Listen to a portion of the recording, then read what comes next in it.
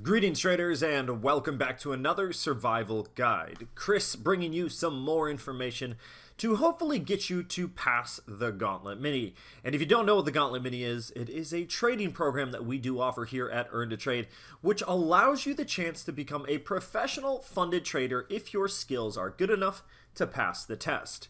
Now, today's subject is going to be based around risk management, because in trading it's often misconstrued that our profits are going to be directly correlated specifically just to how good we are, but the truth is we really generate most of our profits based on how much we cap our losses. When we control our risk, it really propels our profits further. So today we're going to talk all about risk management and hopefully give you some more tools that you need to pass that Gauntlet Mini. Let's get going.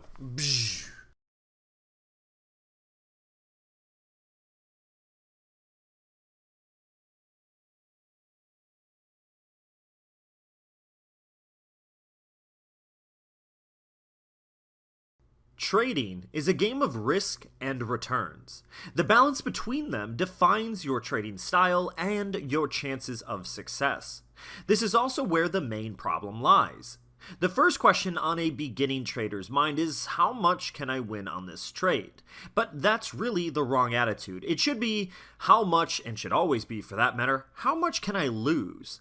Trading risk management helps us maximize those potential gains while minimizing our potential losses. Because at the end of the day, our largest win doesn't matter if our losses are outweighing the win itself.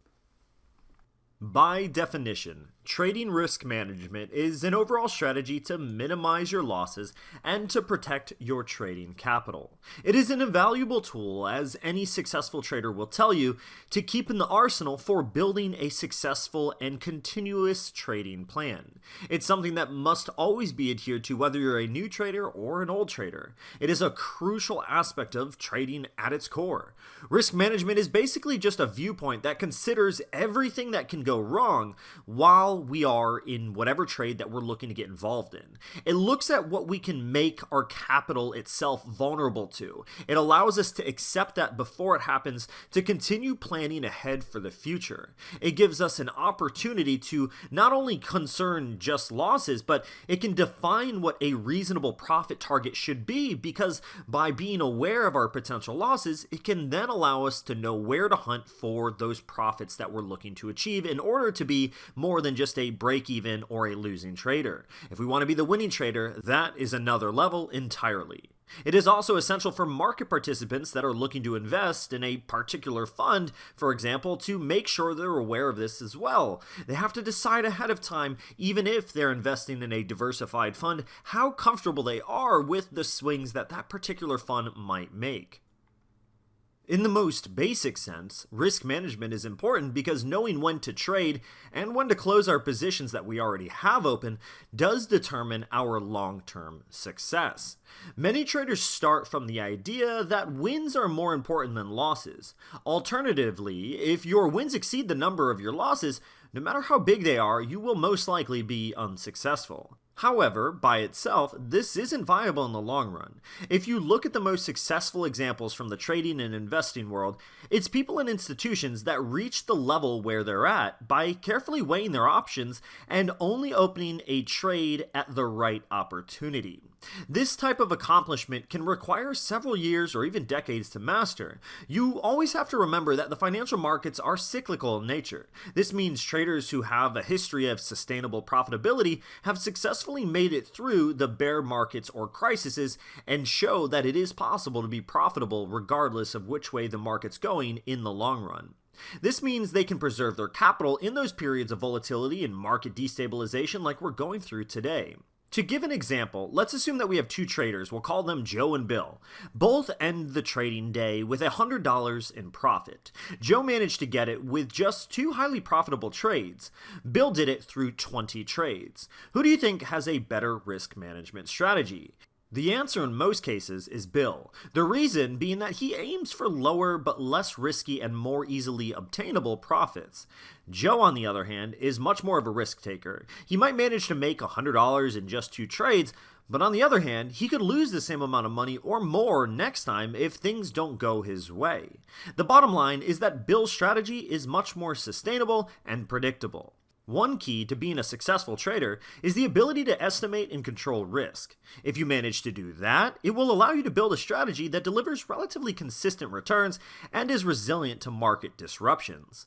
Without a proper risk management strategy, a retail trader is basically just bringing a knife to a gunfight. The best way to manage trading risk is to identify as many risk factors as possible that might affect your portfolio's health before you start trading.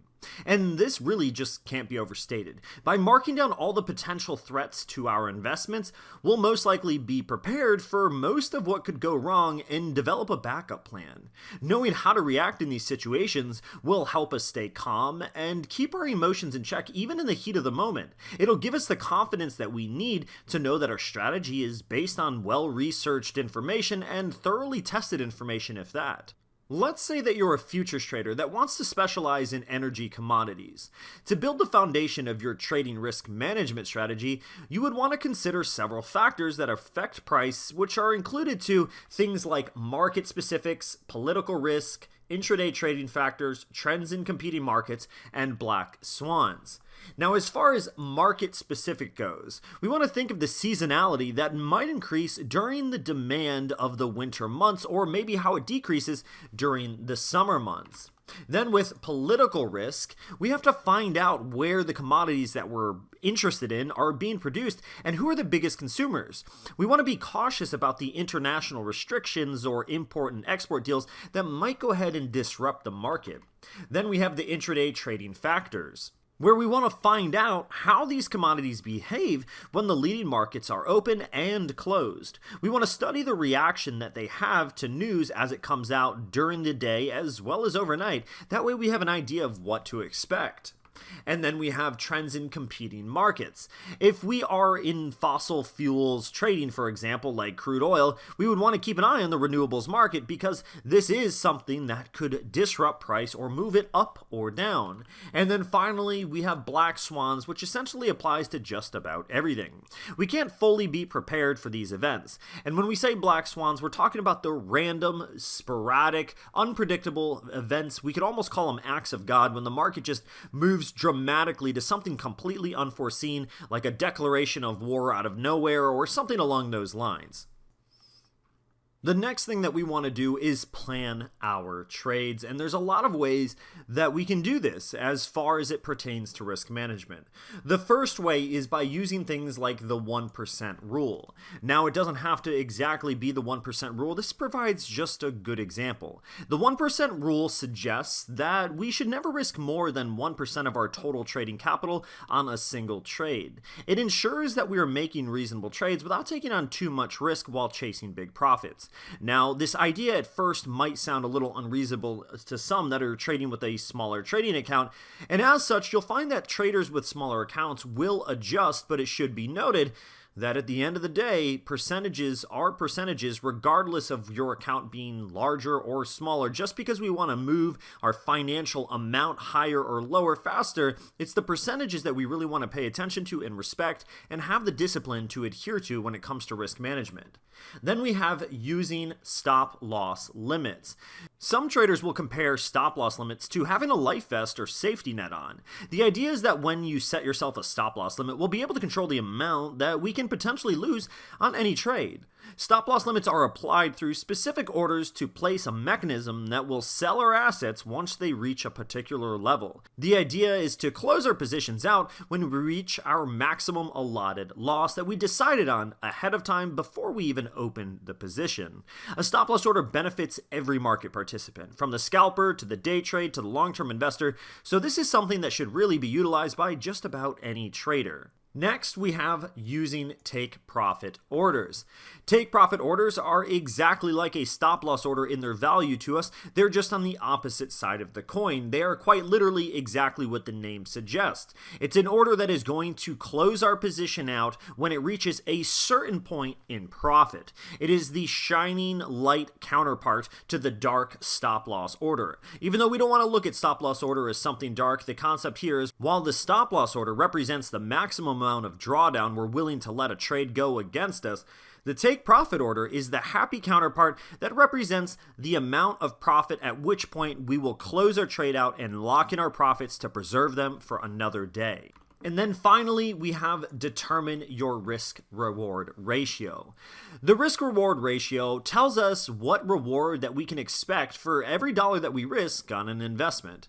For example, if the risk-reward ratio was, say, 1 to 3, which might look something like this, with a better written 3, we can expect to earn $3 for every single dollar risked. I use the example of 1 to 3 because this is a widely accepted risk-reward ratio that many would feel very comfortable with without sacrificing too much of the difficulty in order to find trades that satisfy this type of a scenario. Traders use the risk-reward ratio to find out which are the best opportunities in the market. A well-defined risk-reward ratio means the trader knows what to expect from a particular trade even before it occurs. The importance behind risk management as it pertains to trading cannot be overstated. At the end of the day, it is a simple idea to wrap your head around, but the ability to maintain the discipline to adhere to all of the principles of a good risk management practitioner versus a bad one, such as someone that always uses take profits and stop losses and calculates their risk reward ratio ahead of time versus someone who does not do any of these things, is actually quite tricky and generally will require an experience of about a year or two before you can really do it without thinking too much into it. Perhaps you're ahead of the curve and you can nail down all of the aspects of what defines a highly disciplined risk-reward trader that is always making sure that their risk management is exactly in check. But at the end of the day, don't beat yourself up too hard if you allow yourself to slip up along the way. Don't dwell on the past, just take it as for what it's worth, learn from it, use it as a platform to tell yourself that you're not going to make this mistake again, and that you're going to be a good risk reward, a good risk management practitioner of the trading arts, if that's what you want to call it. Because at the end of the day, it's your success that hangs in the balance, not anyone else's, especially if you want to pass a test like the Gauntlet Mini, you're going to need to know how to control that risk. Until next time, folks, it's been a pleasure. I will see you soon.